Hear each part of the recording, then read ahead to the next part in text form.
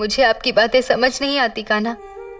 मैं अपनी माँ पर हुए अन्याय के लिए इंसाफ मांगने गई थी और वहां मुझे सुयश की माँ पर हुए अन्याय के बारे में पता चला। पर सच जानते हुए भी मैं कुछ नहीं कर सकती। मुझे मेरे सामने है, लेकिन उस पर उंगली नहीं उठा सकती। क्या करूं? मेरे हाथ बंधे हुए हैं। अब आप ही कोई रास्ता दिखाइए कान्हा। अब आप ही मुझे शक्ति दीजिए कि मैं इस अन्याय के खिलाफ लड़ सकूं और गायत्री जी को इंसाफ दिला सकूं।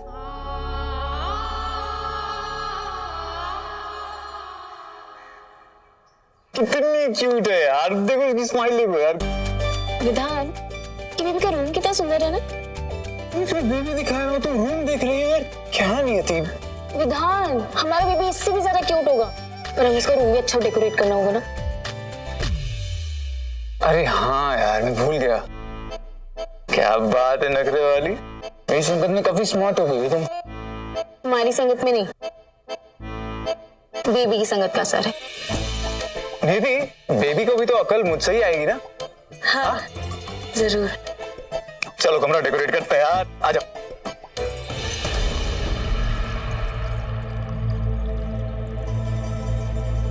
ऐसे पुलिस या अदालत तुम्हारी बात कैसे मानेगी? सिर्फ शक के बिना पर अदालत केस थोड़ी ना दोबारा खोल देगी। इसके लिए हमें ठोस सबूत चाहिए होंगे। बॉडी भी फूंक दी गई है और वारदात की जगह भी बदल गई है। कहां से मिलेंगे नए सबूत? बड़ी बहू, ऐसे क्या सोचती बैठी हो?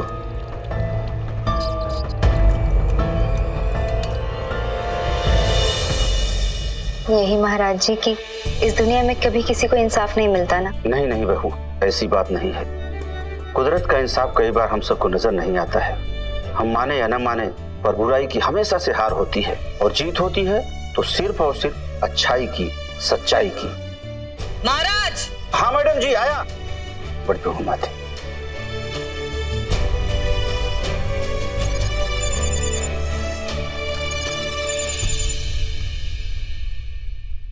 जी हवलदार साहब।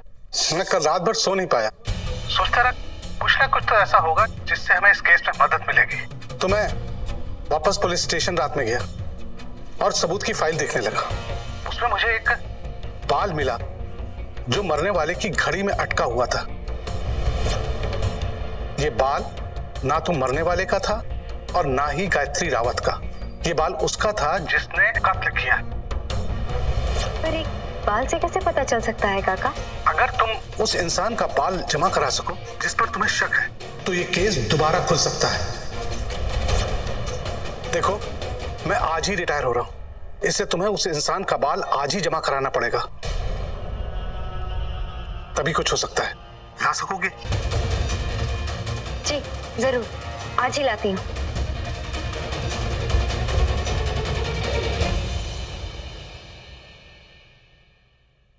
जी श्रवण जी, बोलिए। ठीक है, तो हम कल परसों में जरूर मिल लेंगे।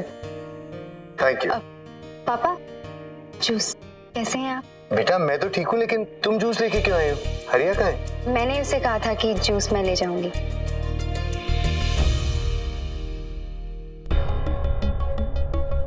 तुम्हें पता है, ये ऑरेंज और पाइनएप्पल का जूस है और तुम जानती हो जूस को पीने से कितने फायदे होते हैं। अगर आप रोज ये जूस पियो ना, कभी बीमार ही नहीं पड़ोगे, हमेशा तंदुरुस्त रहोगे। इसमें बहुत सारे विटामिन होते हैं। क्या हुआ बेटा? पापा, ऐसे ख्याल आया कि सासू माँ के बाल तो बहुत घने हैं ना, लेकिन झड़ते ही नहीं बिल्कुल भी, है ना? बिल्कुल सही ऑब्जर्व किया तुमने। उत्तरा को अपने बालों का ख्याल रखना बड़ा अच्छा लगता है। हर हफ्ते किसी न किसी ट्रीटमेंट के लिए स्पा चली जाती है। उसे ना हेड मसाज, तेल मालिश का बहुत शौक है। ठीक है पापा, मैं चलती हूँ। थैंक यू बेटा।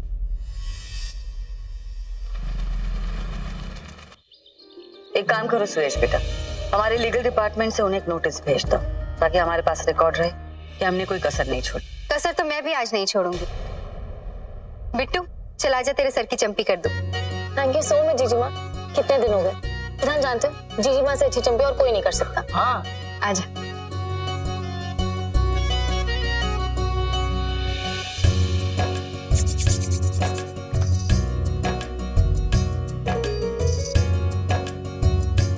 सासू माँ, मैं तो कहती हूँ कि आप भी चंपी करवा लीजिए। मैं ये चंपी वंपी नहीं करवाती, और वैसे भी मैं आज ही हेयर स्पा करवा के आई हूँ। मैं करा लूं? भाभी माँ, मैं नेक्स्ट, प्लीज प्लीज प्लीज। ठीक है विधान, इसकी वजह फिर तुम आ जाना।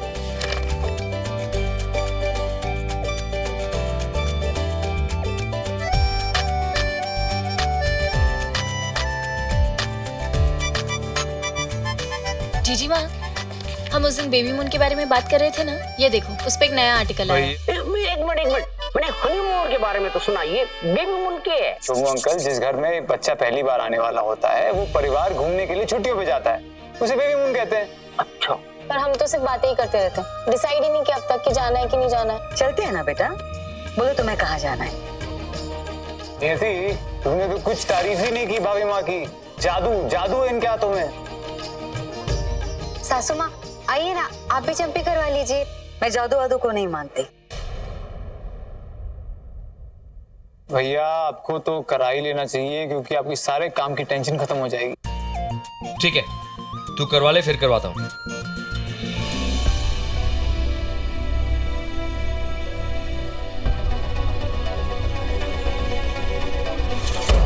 ओहो, मजा आ गया भाभी माँ, थैंक यू सो मच। आइए।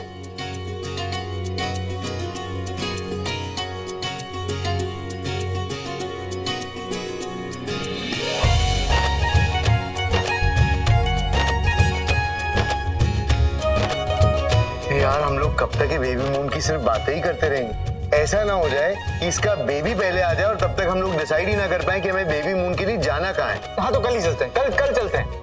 कल चलते जाएंगे रोम, लंदन, पेरिस, जहाँ बोलो, तुम नाम बोलो। विदेश यात्रा प्लान कर रहे हो आप? पहले इन दोनों से पूछो तो सही, इनके पास पासपोर्ट है या नहीं? वो तो नहीं है। पता था मुझे, तुम दोनों तो जयपुर के भी बाहर नहीं गई हो। तो क्या हुआ, इंडिया में कहीं चल पड़ते हैं? हाँ, क्यों नहीं? अरे इंडिया भी कितना खूबसूरत है अपना यार। फाल्गुनी बेटा, सुरेश का हो जाएगा तो उसके बाद में। हाँ, आ जाइए, हो गया।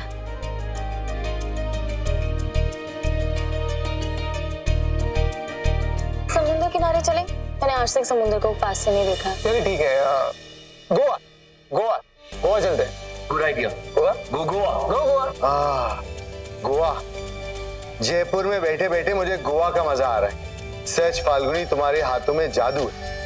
और फिर हाँ, मेरी बात मानो, तुम भी ये जादू का मजा ले लो। रहने दीजिए ना पापा, वैसे भी मेरे हाथ दर्द करने लगे और मुझे काम भी है। अच्छा हुआ सासू माँ ने खुद ही मना कर दिया। हो गया पापा। थैंक यू बेटा। पुत्रा, सोच लो, बहुत ही बढ़िया मसाज है। ये क्या बात हुई फाल्गुनी? जब मेरी बारी आई तो तुम जा रही हो? जरा देखो तो, ये लोग जो तुम्हारी तारीफ कर रहे हैं वो सच है या झूठ है? सच और झूठ का पता तो खुद ब खुद चल जाएगा सासू माँ, आप थोड़ी देर सब्र तो रखिए।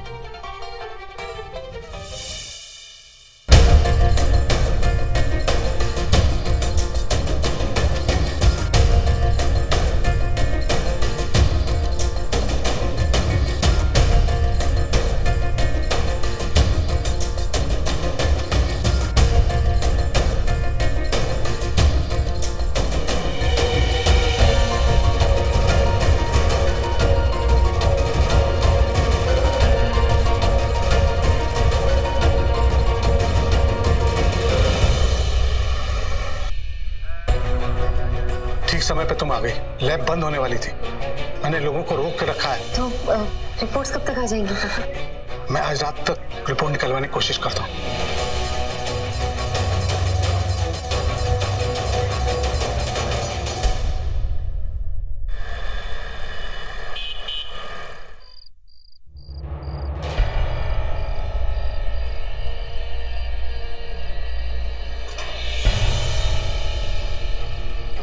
हवलदार काका, मैं आप ही के पास आने वाली थी। आप पर यहाँ क्यों आ गए? अरे मेरा फोन बंद हो गया था, मैं रिपोर्ट तुमको अपने हाथ से देना चाहता था, इसलिए मैं चला आया। मेरा नौकरी का आज आखिरी दिन है, कल से ये वर्दी नहीं रहेगी, पर मुझे तसल्ली है कि कम से कम जाते जाते मैंने अच्छा काम किया। बेटा, तुम्हारा शक बिल्कुल सही निकला, जिसका ये बाल है ना, वही खूनी है। भगवान से दुआ करूंगा असली मुजरिम को सजा दिलाने में ऊपर वाला तुम्हारी मदद करे, यही दुआ करूंगा। थैंक यू हवलदार काका। अगर आप साथ नहीं देते ना तो मुझे हकीकत का कभी पता नहीं चलता। बेटा ये तो मेरा फर्ज था जो मुझे 25 साल पहले करना था। अच्छा मैं चलता हूँ।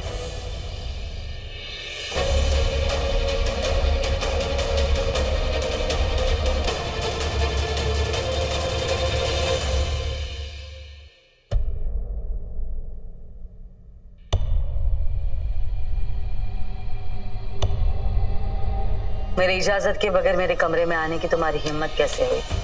मैं तो सिर्फ आपकी इजाजत के बिना आपके कमरे में आई हूँ सासू माँ। लेकिन क्या आपने गायत्री रावत से इजाजत ली थी जब उनकी दुनिया में दाखिल हुई थी आप?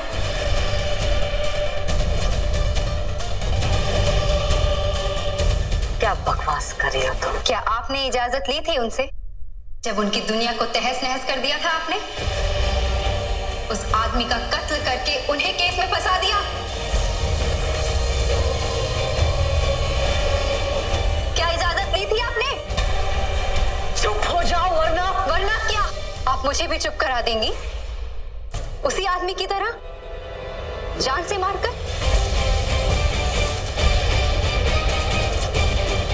गायत्री जी ने तो अपने बचाव में उस आदमी पर हमला किया था, लेकिन आपने उस आदमी को जान से मार डाला। ये क्या मनगढ़ंत कहानियां बना रही? कहानियां नहीं है, हकीकत है ये सासू माँ। उस केस की सारी फाइल पढ़ चुकी हूँ मैं। सच्चाई सामने आ चुकी है सासू माँ, मैं सच जान चुकी हूँ। तुम्हारे जानने से क्या होगा?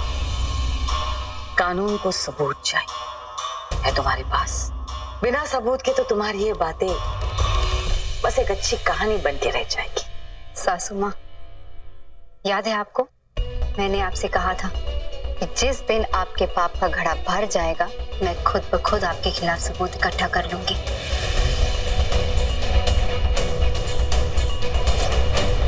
मेरे पास ऐसा सबूत है जो आपको एक पल में कातिल साबित कर देगा।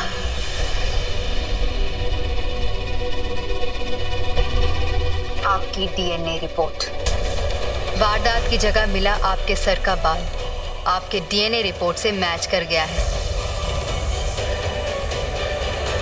और बाकी के सबूत पुलिस फाइल में पहले से मौजूद है। आपके पापों का घड़ा भर गया सासू माँ। अब अच्छा यही होगा कि आप अपना गुनाह कबूल करें और अपने आप को कानून के हवाले कर दें।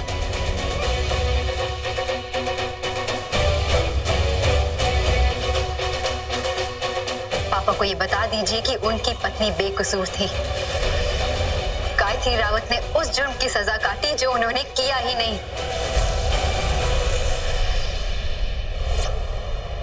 सुयश आपको माँ से भी बढ़कर मानते हैं, इसलिए मैं आपको ये मोहलत देती हूँ। अब आप बताइए सासू माँ कि ये बात आप सबसे पहले किसे बताएंगी?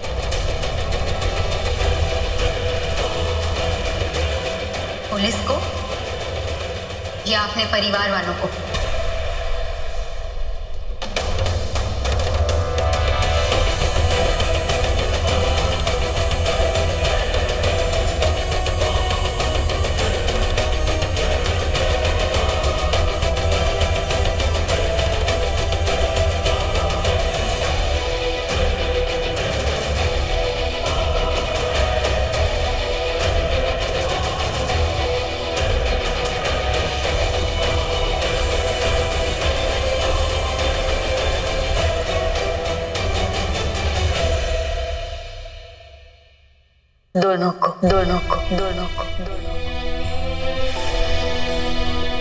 दोनों को बताऊंगी, पुलिस को भी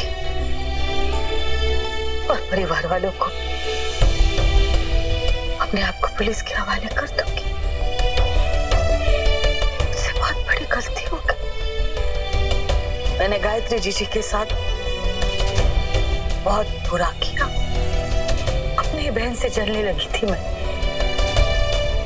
उसे जेल भिजवाया और उससे उसका सब कुछ छीन लिया। उनका घर, उनका पति, यहाँ तक कि उसका बच्चा भी।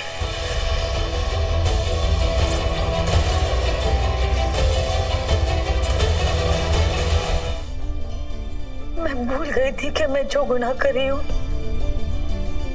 उसकी एक ना एक दिन मुझे सजा जरूर मिलेगी। तुम्हारा बहुत बहुत शुक्रिया। बहुत बड़ा एहसान किया तुमने मुझ पर कि ये बात सबसे पहले मुझे बताई। कम से कम मुझे मौका तो मिलेगा अपने परिवार वालों के सामने अपना गुनाह कबूल करने का।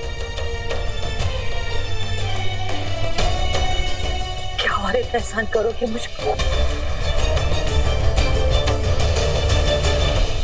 क्या मुझे एक हफ्ता दे सकती हो? अपने आप को पुलिस के हवाले करने से पहले मैं ये 7 दिन में अपने परिवार वालों के साथ बिताना चाहती हूँ, क्योंकि मुझे पता है कि जिस दिन उन्हें इस बात का पता चल जाएगा सब कुछ बिखर जाएगा। शायद वो मेरी तरफ देखे भी ना।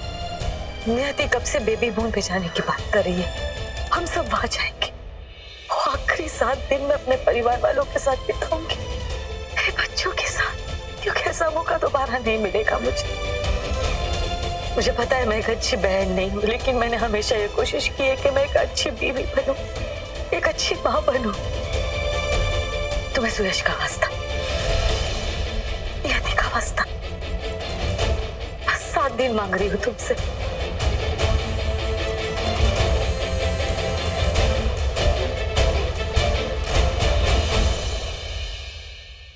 ठीक है, सिर्फ 7 दिन। मेरा मन तो नहीं मान रहा है सासू माँ, लेकिन फिर भी मैं आपको ये 7 दिन देती हूँ, क्योंकि सुयश आपसे बहुत प्यार करते हैं। विधान आप पर जान छिड़कता है, पर कोई चालाकी करने की कोशिश मत कीजिएगा, क्योंकि इस बार मेरे पास आपके खिलाफ ये पुख्ता सबूत है। अगर आपने खुद अपने आप को कानून के हवाले नहीं किया तो मैं खुद चली जाऊंगी पुलिस के पास। नहीं होगा। मैं ये कैसे कर सकती हूँ? तुम्हारे पास सबूत है और मैं मान रही हूँ ना कि मैंने गुनाह किया है। मैं कहाँ इनकार कर रही हूँ? बस मुझे 7 दिन दे दो। मैंने पहले भी आप पर भरोसा किया है सासू माँ, और धोखा ही खाया है, लेकिन फिर भी एक बार फिर से भरोसा करने जा रही हूँ मैं आप पर सासू माँ। प्लीज इस बार मेरा भरोसा मत तोड़िएगा। मैं मानती हूँ कि मैंने तुम्हारे साथ बुरा किया है, लेकिन ये बात तो तुम भी मानोगी कि जब से नियति शादी होकर इस घर में आई है, मेरी बहू बनी है, मैंने उसे सिर्फ प्यार किया है, उसका ख्याल रखा है। उसके खातिर मुझ पे भरोसा कर। देखो, आज से आते ही अपने आप को पुलिस के हवाले कर दूंगी। बस मुझे मेरी जिंदगी के 7 दिन दे दो बस। ठीक है सासू माँ, और गोवा से आने पर तुम मुझे रावत विला में नहीं पाओगी, मैं वादा करती हूँ।